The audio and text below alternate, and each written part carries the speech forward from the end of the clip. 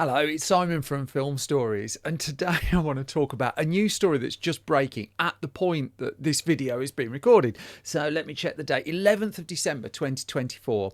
And a news story popped up this morning that Sony has decided, I'm just reading it here, to cancel its Spider-Man villain spin-off universe. Did we ever decide what all this was being called? The Sony Spider-Man universe, the SSM, what was it? The SSMU or something like that. The bottom line is that Sony has, not for the first time in the land of Spider-Man, decided basically to cut its losses and move on. It does so on the eve of the release of the latest film, which I count the sixth film in this particular endeavour, KRAVEN the Hunter, directed by J.C. Shandor, a terrific filmmaker. All Is Lost is a great film. Go through his back catalogue, you will find a lot of Margin Call. Margin Call is a great film as well. And just ahead of the release of KRAVEN the Hunter, J.C. Shandor has been talking up, it'd be interesting in doing a sequel.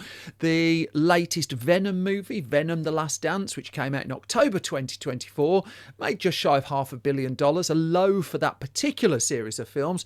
But again, that teases possibilities. However, hit the mic. However, those of us who've been around the block a few times know that once Russell Crowe turns up in your shared universe, you might have a problem. Russell Crowe was one of the people in the infamous Universal Studios Dark Universe. Remember that? Tom Cruise was going to be in it. Sofia Boutella was going to be in it.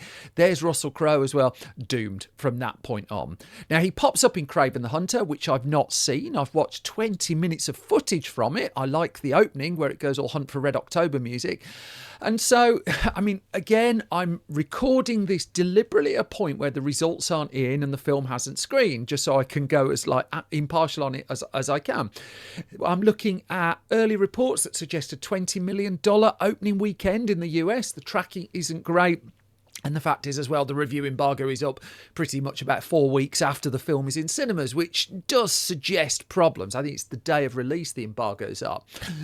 So this Sony universe goes all the way back to the Amazing Spider-Man reboot. That I think it's fairly well known that Sony was making Sam Raimi directed Spider-Man films. Spider-Man 3 was a very bloated affair. I quite like Spider-Man 3 though. And Raimi was going off to make Spider-Man 4 for $250,000. Tobey Maguire was going to come back. The Vulture, I think, was going to be in it. John Malkovich was going to play the villain of it. And Sony decided, you know what, cutting our losses here. We're just going to go for a straight reboot. Let's get a new Spider-Man in. That was Andrew Garfield. And try and build something bigger, because just as Universal had with its Dark Universe, just as Warner Brothers has with its DC films, Sony was looking at what Marvel was doing. And Marvel's cinematic universe in the 2010s dominated studio thinking.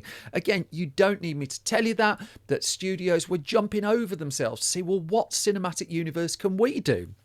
Now, Sony, in theory, had an upper hand, had the rights to hundreds of Marvel characters, thanks to the deal it struck decades ago for the Spider-Man films. In The Amazing Spider-Man 2, we see a setup. A very bloated film again, just because he's trying to serve so many masters, really. We see a setup for a possible Sinister Six film. We see Venom is potentially was going to follow fairly soon after that. A bunch of spin-offs were fairly quickly in the works. And then, things sort of went quiet as Sony did its deal with Marvel, which led to the reboot with Tom Holland, blah, blah, blah. But when Sony and Marvel came together to do that reboot, Sony kept the rights to Spider-Man on the big screen and all of these characters. And so it resurrected this idea of the SSMU, great title, the SSMU, and got to work. And so Venom came out in 2018, and this had been planned for a while under the previous iteration of Spider-Man. However, it came out, and even though critics didn't particularly like it, the Tom Holland headlined film was a monster success. Cost about $100 million and made $856 million at the global box office. A huge success. And all of a sudden, it was just like, oh, hang on, there might be a bigger that we might be able to do something here. This might be a whole series of films after all. And so while it got moving on the Venom sequel, which would be called Venom Let There Be Carnage, a whole bunch of other films went into various states of development. KRAVEN the Hunter film. Was it an Aunt May film at one point, spinning off from Spider-Man? I mean, anything. If Spider-Man dropped a beer mat in a pub, then whoever picked up the beer mat was likely to at least have a conversation about a spin-off movie. It felt like it was just trying to engineer all of this stuff from effectively antagonist characters. You go back to like what Fox had the rights to X-Men until it was snaffled up by Disney at the loss of thousands of jobs. And X-Men has protagonists and antagonists. What Sony had was potentially a universe of anti-heroes, which is quite interesting, really. I mean, it's worked really to a degree with Venom, although I think that traded heavily off the star power of Tom Hardy. In particular, Tom Hardy with two voices talking to himself, which I found far more entertaining than I had any right to expect, really. But I mean, Sony then started recruiting in filmmakers and got things going. The first of this universe, effectively, was the second Venom film, Venom Let There Be Carnage. It was all slowed down by pandemic, of course, but Venom Let There Be Carnage, which eventually came out in 2021, let's look at the numbers again, $110 million budget and $500 million at the box office. And again, context is really important here, because that was $500 million where studios couldn't buy a hit, where big films were just crashing at the box office. People weren't coming back to the cinema after the pandemic, we were told, and after the lockdowns. Well, they did to see Venom, and then later that year, of course, the new Spider-Man film with Tom Holland and all the Spider-Men in it, that was a monstrous hit. And cinema's kind of found its way back to a point where it's worked out some of the kind of films that we'll get off our backsides to go and see, even while it's like, I mean, the most curious decision I saw of the year was Warner Brothers with Beetlejuice, sending it to video on demand 4 weeks into its release when it was still in the top 3 at the US box office. That notwithstanding, Sony was committing to cinema. Always commended that about it. Sony is the one big studio without its own streaming service, and as such, the cinema is really important to it. Great. I'm really a big fan of that. However, what seemed to, the fundamental failing of the Sony Spider-Man universe, it was just quality control in the end, as I'm going to talk about in the films I'm just coming to in a second. And I do think it just fundamentally comes down to that no matter if you're trying to reverse engineer or spawn a cinematic universe out of nothing, fundamentally, if you don't make good enough films, people won't come. No. So even in the midst of the problems Warner Brothers had making DC films and trying to get them to knit together, it's occasionally spiked and had a really good film just seemingly come out of nowhere that, irrespective of what else is going on in its inverted commas shared universe, that film itself can work. I mean, the first Joker film, $1 billion, didn't really fit into anything, but it didn't matter. I mean, if someone offered me $1 billion, I'd be quite happy not to fit into anything as well. Morbius was the canary down the coal mine, to use a very old metaphor. And what's interesting about Morbius is it had a really good director on it, a guy called Daniel Espinosa. Now, he did a film called Life, which is, a B movie, clearly, let's go, heavily inspired by the Alien films, but a really effective B movie. He did Safe House as well, just in terms of his Hollywood stuff. And Safe House is a good thriller. Shot by someone who knows how to make a film. So then he's given the keys to Morbius with Jared Leto and his accent in it. And it just went wrong. And Espinosa has, he's talked really. I don't want to put words in his mouth. He's heavily implied the levels of studio interference in that film stopped him making the film that he wanted to make. Now, again, in fairness to Espinosa, he's not slagged Sony off. And Sony also is a big corporate entity. These are, inverted commas again, big corporate products. Sony's spending, hundreds of millions on these films. Not at like Marvel levels or Warner Brothers levels of spending, but still on the expensive side. Morbius cost $75 million, returned $167 million worldwide off pretty poor reviews. I've got to say, I'm not one for punching down on films, but if I paid my money, as I did to see Morbius, I am allowed to say, WTF, what on earth? Where did that get lost? And the problem then followed in February 2024 when Madam Web came around. Now, Madam Web is another film that's been chewed over an awful lot, and it's not a good film. There's some brilliant people involved. The director of it, S.J. Clarkson, a British director, and she was going to make a Star Trek film for a while as well. Her feature directorial debut, and if you look at her pedigree across television work, she's a really good filmmaker. Whatever happened in the midst of MORBIUS, however, just clearly something was going wrong. And again, the heavy implication was studio, producer, executive interference. The whole feeling they didn't quite know what they were trying to do. And in that scenario, it's easy for me on the outside looking in to say this. Simplify it. Simplify it. Don't do the big joining up thing. Just make one really good film and then build another really good film and then build another one on top. Do it in building blocks. Build it on concrete, not on sand. The problem with Madam Web and MORBIUS, that's two not good films on the bounce, and you come out of both of those films and you just say, I'd be quite happy not to look at those characters again on the big screen again.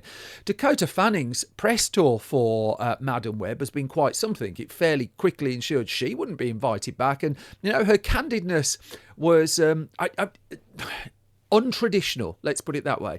And on the one hand, it's, good on her, it's her voice. On the other hand, a whole bunch of people worked on that film that kind of got the hit a little bit, just in the crossfire of, I think, what she was trying to say.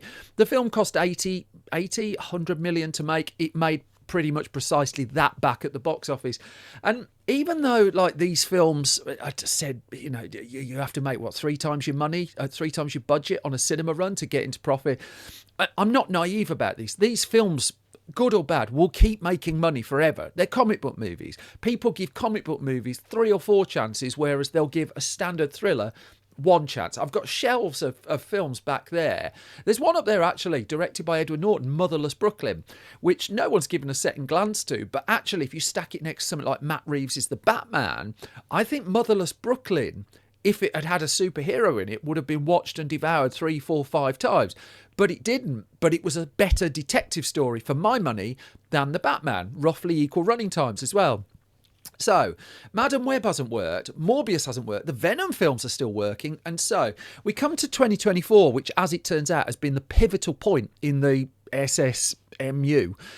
First of all, Venom: The Last Dance. Now, I quite liked Venom: The Last Dance. I am in a minority. I think the bit where it just stops being a big crashy superhero film and goes for a road trip in the middle, I had a blast with that. In truth, I enjoyed that bit. The ending, not interested at all. The start, all right.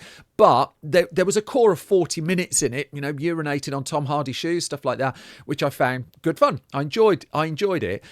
And also, it's the directorial debut of Kelly Marcel, who's written or co-written all of the Venom films. Also did Saving Mr. Banks as well. Again, talented filmmaker. 120 million to make the film. It's returned 472 at the point of this being recorded, with disc release now planned for February 2025. And so that trilogy, in theory, is complete. Tom Hardy's made 3 Venom films. Between them all, made nearly $2 billion at the global box office. However, it's the Amazing Spider-Man problem here, in that the first film did this, the second film did this. And with your sequels, it's not like the 90s where you expected sequels to return slightly less each time. Now, studios expect sequels to build and build and build and build. Sony hasn't got the knack of that. Certainly not with these films. And I think that has been fatal, really. And so we come to KRAVEN the Hunter, and for the news to come out 2-3 days before you release that film, that you're abandoning this entire shared universe that you've been seeding through post-credit stuff and little hints here and there, it's not a mark of confidence. And instead, what we hear is Sony is going to focus on the core Spider-Man stuff that's working. A new film with Tom Holland that it's co-producing with Marvel, and also the Spider-Man animated films, which have been, one's won an Oscar. The second one made a ton of money. The third one's in some degree of limbo, but presumably will be sorted out. The part 2 of the latest Spider-Man animated adventure. And then there's also the Spider Noir, is it? Spin-off series as well. And so it's concentrating on the core things. My old man worked as an accountant for ages. He always had this saying, you sweat your assets, and Sony is bluntly sweating its assets. What it's also doing, though, is it's kind of, I'm presumably this time for good, stepping away from this attempt to do some kind of comic book cinematic universe of its own, at a point where comic book cinematic universes are in decline anyway. I'm not saying they won't come back. In fact, I'm pretty sure that they will. But compared to like 5 years ago, they seem a smaller deal than they once were. That television, I think, has diluted that enormously. You look at the latest, I can't remember the last Marvel film I outright really enjoyed, and I've enjoyed tons of them. But the whole thing just seems to be wobbling, and Sony's going to put its attention elsewhere.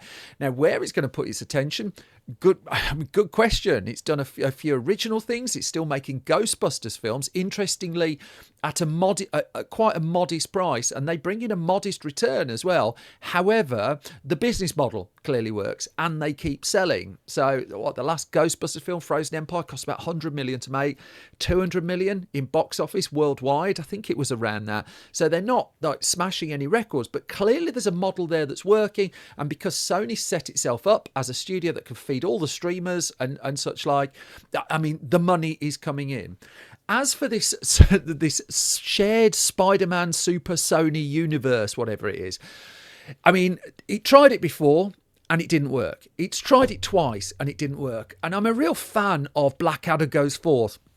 And there's a bit in Blackadder Goes Forth where General Melchett, played by Stephen Fry, explains his plan for a strategic assault. And someone says to him, well, we did that before. It's just like, why would we do it again? And he turns around and he says, but that's just the thing. Because we did it before, that's the last thing that they'll be expecting.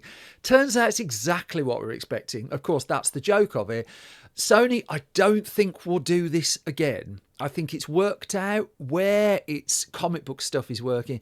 And I think, and I sort of hope cinema does this anyway, I think it's just sniffing around bits of filmmaking and stories that perhaps aren't rooted in a massive shared universe, aren't necessarily rooted in characters wearing capes and flashy special effects. Hopefully, the resources that it's been pumping into these films, and it's relatively modest by standards of studio movies. What's it spent $500 million making 5 or 6 of them? Just over. I mean, how much was Indiana Jones: The Dial of Destiny? 400 million alone. Ant-Man: Quantumania, 400 million. It's just the studio resources and energy needed to put into films like that. Just like there's an opportunity cost there, and I think Sony has realised its quality control was all over the shop, and B, might just have a sneaking suspicion that there are more opportunities elsewhere. It's going to be interesting to see how it pans out. For KRAVEN the Hunter, it does feel a bit like thrown under the bus. However, again, I'm recording this having not seen it. Who knows? Might be a masterpiece.